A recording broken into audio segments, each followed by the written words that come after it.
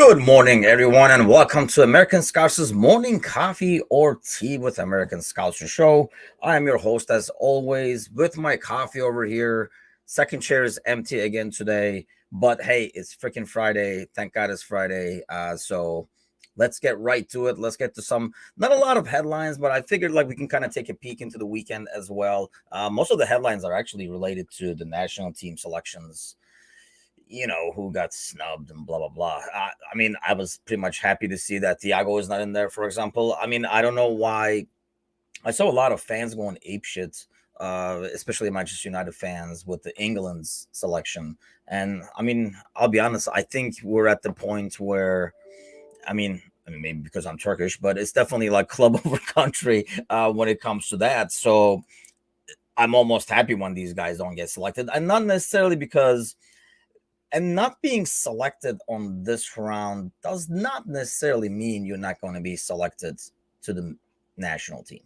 I think a lot of the commentary I've seen is regarding that. Like, people worrying that they're not going to be now selected for the national team. And that's why, you know, what is going on and stuff like that. So we're watching a couple of those names. Alan is with us again, as always. Good morning, Alan. So I guess the biggest one was Sancho and Rashford. And while they played better recently, and that's why, if United keeps what they're doing going, let's hope not, but if they do, I would think those two still have a good shot of going to the World Cup. This is kind of like a good opportunity to give different players a try.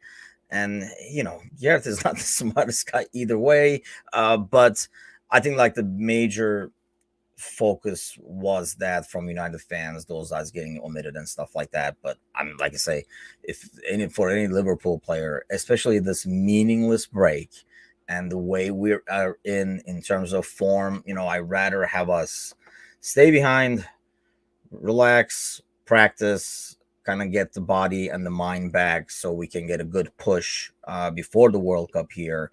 So we're kind of like looking more ahead to what's to come moving forward. So a lot of the headlines was regarding the national teams. This I thought was kind of a weird one where Ten Hag says Ronaldo needed goal to end the droughts. And I'm not understanding that, because it's not like Ronaldo was playing all the time and missing like sitters or something like that and just needed that. Mind you, it was like, he scored from a PK. So it's not like, he needed that to, open up the floodgates or something like that. You're not playing the dude, and it's not because of his lack of scoring or finishing ability. It's more lack of running and work rate ability. So I don't know what that was about when Ten Hag says, yeah, he needed that goal when he scored that penalty kick yesterday. It's just kind of like, I thought it was odd, just because. And if I'm like Ronaldo, I'll be like, well, I had no freaking problem scoring. I'm just not playing.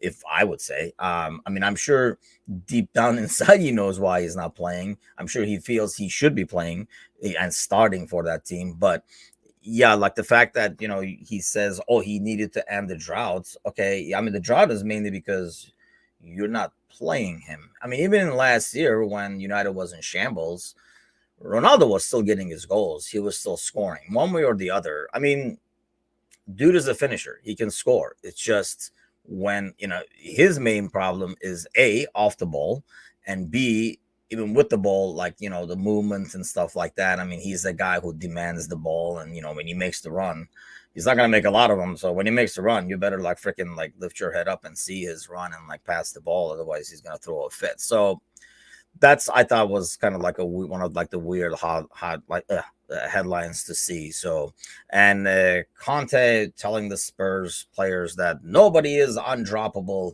is a very Conte quotes there, which, yeah, I mean, now that this round is over, a lot of good games yesterday and a lot of shocking blowouts yesterday as well. Like Lazio getting just blown away.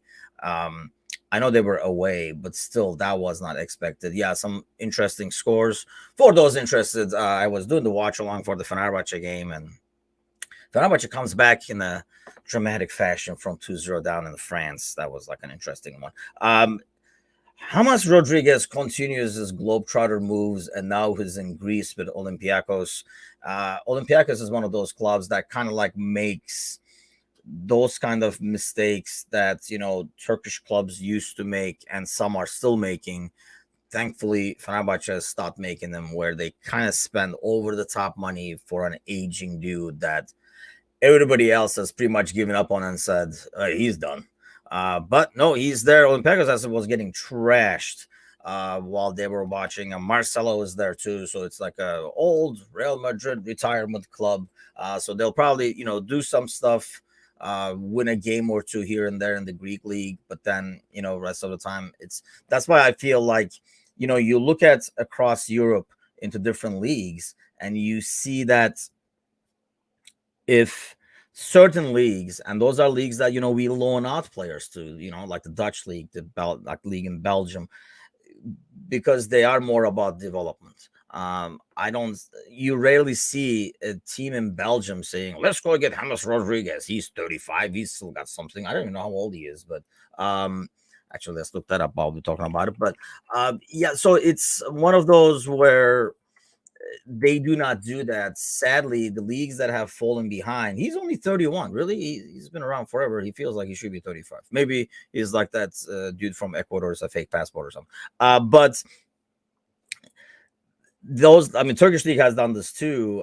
We've seen in China for a while, and they went bankrupt doing it, so they're not doing it anymore. And we do see it now in Major League Soccer. I think if you're bringing a big name, I think you can excuse that for a league like Major League Soccer, where they're trying to bring more attention and more eyes on the games and more interest from a soccer fan who doesn't follow Major League Soccer. So I can understand that for Major League Soccer doing that. When Gerard came here, like Bayless here, like some of these guys who are too old to basically pull it off in their original leagues, now playing in the Major League Soccer, where some of them can actually like make it look easy, or they can kind of, do minimal work and, still do their deal.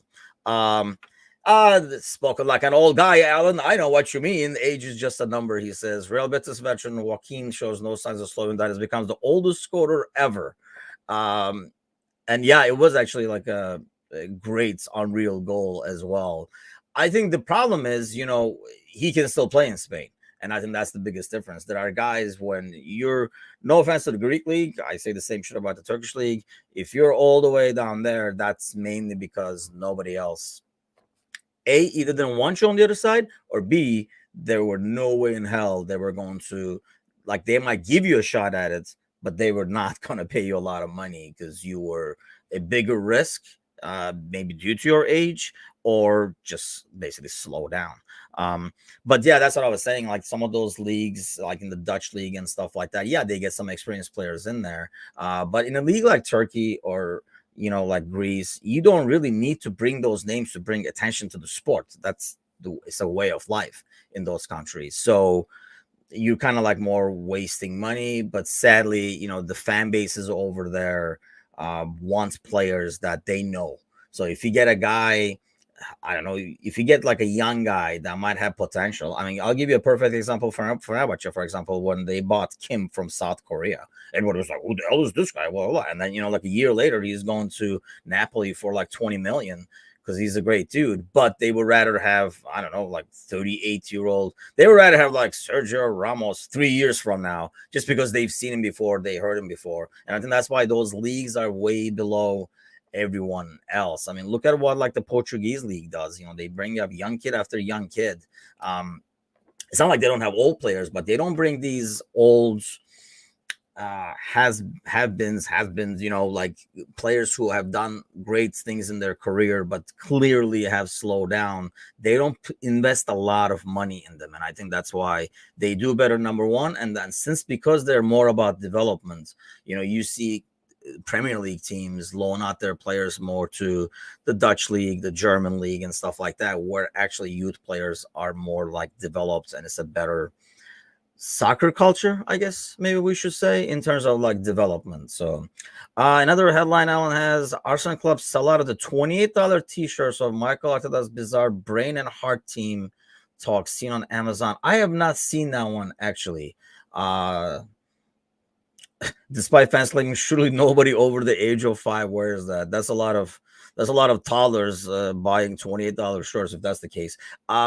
I have not seen it, to be honest with you. I have not watched it. The things sometimes those shows are really good. Like I have been watching the one on Hulu for like Wrexham, for example. I, the problem is, especially with like with Wrexham, I don't know, and I'm trying not to look so that when I watch something, I don't know what's going to happen in that game. If they're showing like the game highlights and stuff like that, with like especially like the Amazon ones when it's about like Premier League teams. I mean, we're so involved in Premier League. I know exactly what's going to happen, so it does not have as much of an impact. And while I like seeing some of the behind the scenes stuff, I mean, a majority of it is well known that there's a camera present. You sometimes get some behind the scenes stuff where people forget that there's a camera there, and you're actually getting some raw, natural stuff. But you don't always get that in some of those shows. It's always like there's a camera here, well, yeah, we should practice hard, kind of a deal. And it's like not as watchable, I think. But the biggest thing for me is the fact that I know what's going to happen. That kind of like takes it away.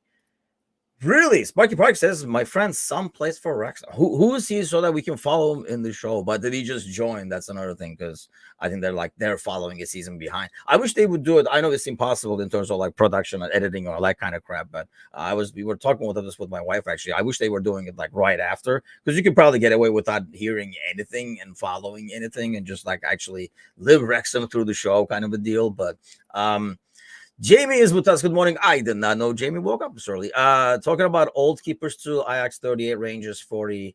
I think, see, that's like a thing where I think I put goalies in a different category. I agree, because a lot of the times it's a lot about experience with goalies, and it's almost like as they age, the value, it's like wine. Not necessarily, I guess. It doesn't really go up, but it doesn't depreciate as fast as and like a field player, because now your conditioning and your physical shape is a huge part of your game. Like if you're a midfielder, and if you're losing your pace, even if you're in like the front line or if you're in defense, as you lose your pace, your value diminishes. You do get smarter. You see players like we have Milner, right? I mean, you have players who can kind of adjust their game. I mean, as a slow dude, I had to adjust how I played, knowing, I was not as fast. So you handle a fast guy accordingly. You don't want a foot race. So whatever it takes, you're not going to do that. I think as players age, and they realize with their experience, even if their skills diminish or, physically they're getting maybe like slower and stuff like that, I think some of the smarts that they get over the years can compensate for that. I think especially in goal with age, yeah, you do become more valuable, because I think you've seen it all, number one.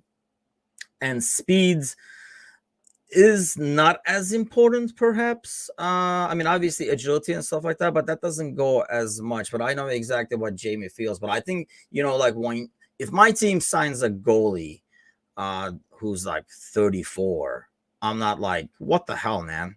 And, I feel like it's either somebody who can kind of take care of, go into goal and, take care of it right away for like 2-3 seasons, or I take it as a very reliable, mature leader backup kind of thing.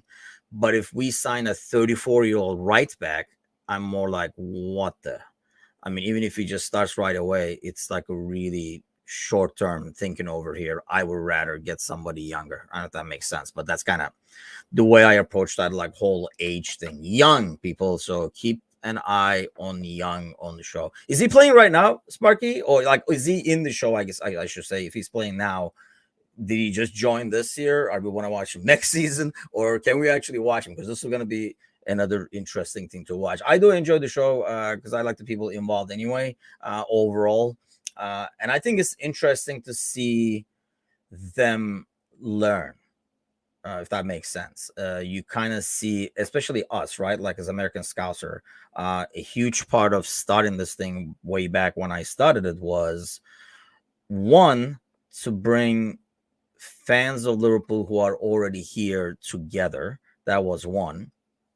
And then the second one was introduce Liverpool to fans who are new to the game, who are just starting to follow Premier League. maybe they wake up freaking early Saturday morning, and that's like, one thing they can find, and they're like, what is this all about? And then the goal of the site was, like I say, already existing Liverpool fans to come together and have like a common spot, but also introduce a lot of new fans, the club itself, and maybe like teach them about the club and show them like the values of the club, because it is a unique club, right? So take them away from glory hunting, if you will, because I think if you find out more about Liverpool, it's a lot more appealing than a team like City. Like my buddy, my best friend from back home, who lives in DC right now, who actually occasionally watches us. So, Oytun, yes, I'm talking about you.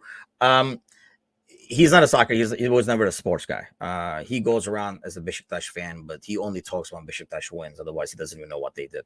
But he's not a sports fan. So his daughter started playing, and I mean, because the team is winning, she's like 5 or 6 or something like that. Don't quote me, but because she started playing soccer, they were like watching soccer, and because it's a team that's winning, and she happens to like blue, they went with City. But then more than the blue part, they went with it because the team that's winning. And then once I started, I'm like, dude, what the hell are you doing? Are you serious? I'm freaking running a site over here for Liverpool. And I'm like, ask me and I'll tell you a club.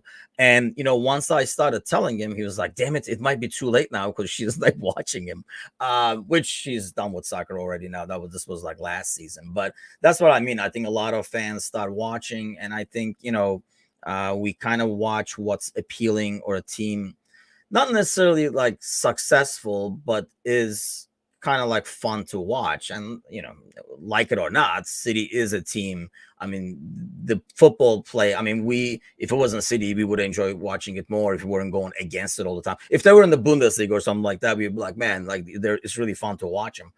So was the whole goal of the site, was like introduce like Liverpool, Americans to Liverpool as much as possible. Because I think once you find out a lot, you will definitely be a Liverpool fan over any other club in England. But going back to the show, that's what I kind of like enjoy seeing a lot, is two dudes with money.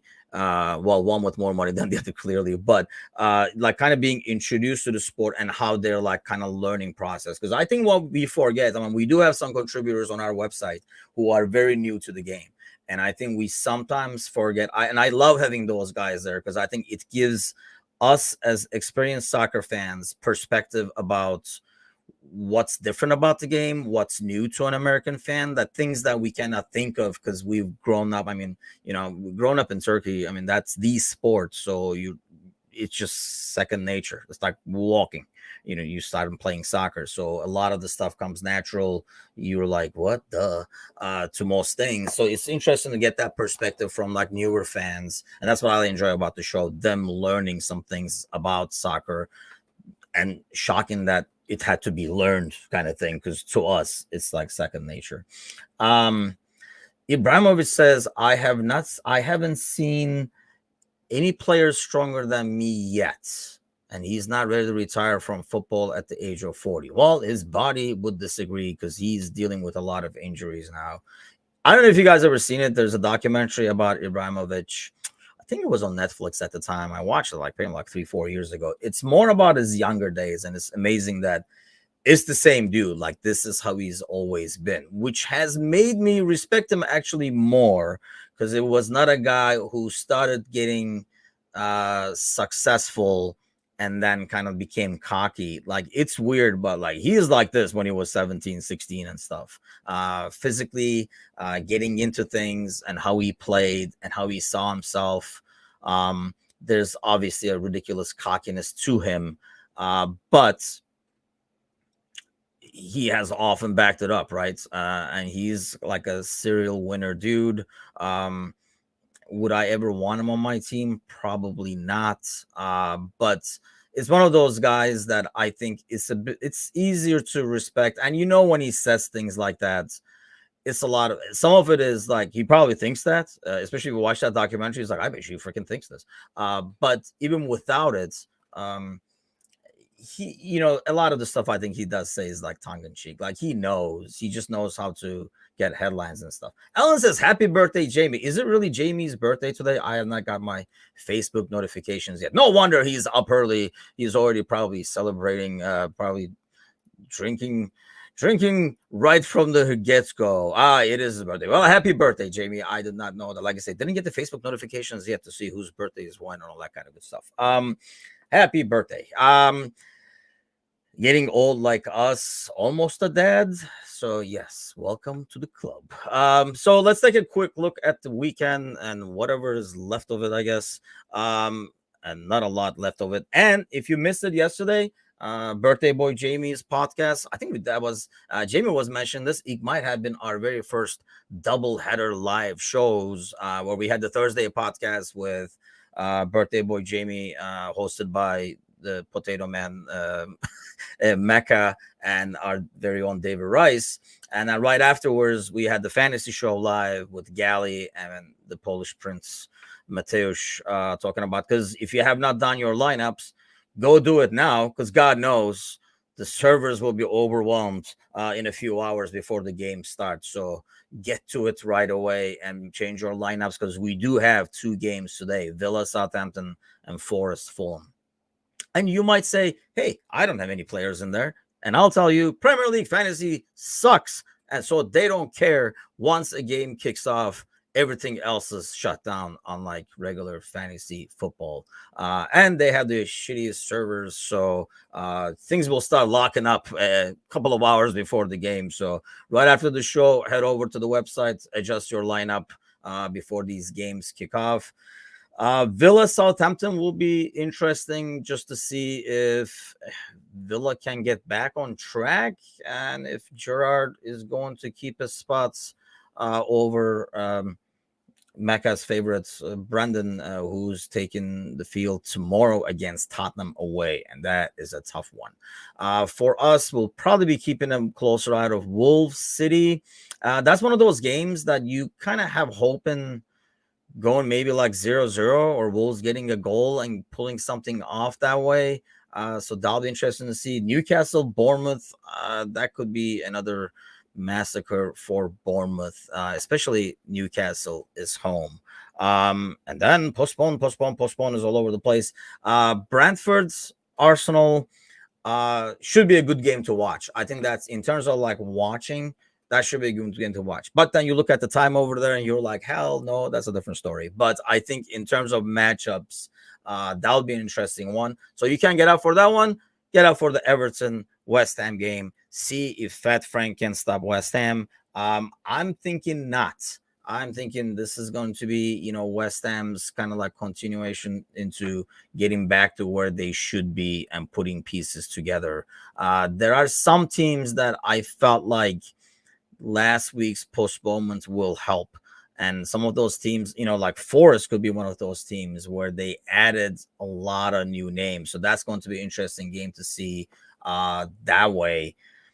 But, when you sign a lot of players and you maybe did not have enough time to kind of put your, and I mean, especially teams like Forest, maybe not as West Ham, because they have a lot more like midweek games. So having a set ideal starting 11, if you will, might be a bit trickier. But it seemed like Forest can do that. I'm sure it's tricky to do that when you had 85 new guys come in. So I think a week off actually will help a team like that put things together. And it's going to be interesting to see how teams that were struggling come out of this, like Villa, for example, like Bournemouth as well. I just feel like Newcastle has too much. And they'll be well rested to kind of like go at it at home. Like I say, Wolves City will be an interesting matchup. But yeah, I mean, no Liverpool. What are you guys planning to do this weekend? Because really, I'm looking at this. I'm like getting up at 6:30 in the morning to see freaking like City scored in like the 10th minute, and Holland scored like 3 of them or something like that, and put my day away first thing in the morning. So that's out of the question. The other good game, like I said, is freaking 6 in the morning with Brentford Arsenal. Are you watching any Premier League because you had withdrawals from last week, or did the Champions League kind of feed that hunger for soccer this week and you're going to enjoy a weekend off? So Sparky is never where he's at. He's always moving around off to Vegas. Heading there in January. So back there in January. I think we're doing kind of like a mini anniversary getaway at Vegas first week of January there. But yeah, have fun. I'm assuming it should be fine now, right? I'm always afraid to go there when it's hot because I hear a lot of horror stories. Hope you win stuff. And then you can be our official AmericanScouser.com sponsor, maybe as a Sparky, brought to you by Sparky Parky once you cash in at Vegas over there. Jamie's review, watching a classic and maybe a Camarino special coming through. Yeah, it's going to be, if you guys have not seen it, Camarino's, Cameron's, who actually also does, I believe, for Baylor now, some work. I mean, that's kind of like this is his area of expertise is broadcasting, especially in sports. He's done a lot of stuff for like Fox and stuff in the past too, like while in school. And he does our some like retro games where he comes on, like visits them and just brings like different perspective. If you have not seen the one on the 89 FA Cup win, it is on our YouTube channel right now. And the one before that was the Club Winners Cup. What the heck is that thing called again? The one that you only care if your team is in it. Club Winners Cup, the one we played against the Brazilian team, Bobby's goal and stuff like that. So somebody will remind me that name because it's way too early in the morning and I'm a lot older than our freaking Jamie over here, who's catching up in age. Best present due in a matter of weeks. Is only a week's left, huh? Well, Jamie, you're gonna be up for a shock, buddy. No, Jamie is going to be some dad. I mean that in a good way. So already a pre-congratulations, but I'm sure we'll have a lot about it. We want to see that baby regularly on the podcast as a contributor. Probably can contribute more than Mecca can at times, so it might be good to have. So, but definitely want to see the baby appear on the Thursday podcast live. We might hear the baby in the background, even if we don't want to on the Thursday podcast live. Probably that's another thing. So if you hear it on Thursday podcast, now you know why. But well, gentlemen. That's it for today. Thank you all for joining me. Happy birthday again, Jamie. Good luck to Sparky at Vegas. And have a great weekend. Hopefully, no Liverpool. Maybe just kick back or watch Brendan Rodgers head over to the unemployment line against Tottenham or whatever game you choose. At least it's going to be one of those weekends where you can kind of kick back and like enjoy the sports and not. I don't know. Sometimes the Liverpool games, as much as fun as they are, they can be exhausting and suck the life out of you. You're like exhausted after the game. So this is gonna be a weekend where you can kind of like kick back and like watch some sports for the fun of sports, I guess, and not stress over it too much. Unless Wolves makes it close in the last 10 minutes, we're just like watching so they don't get scored on by City. But thanks a lot as always. Have an awesome weekend. We'll see you guys Monday morning. Take care.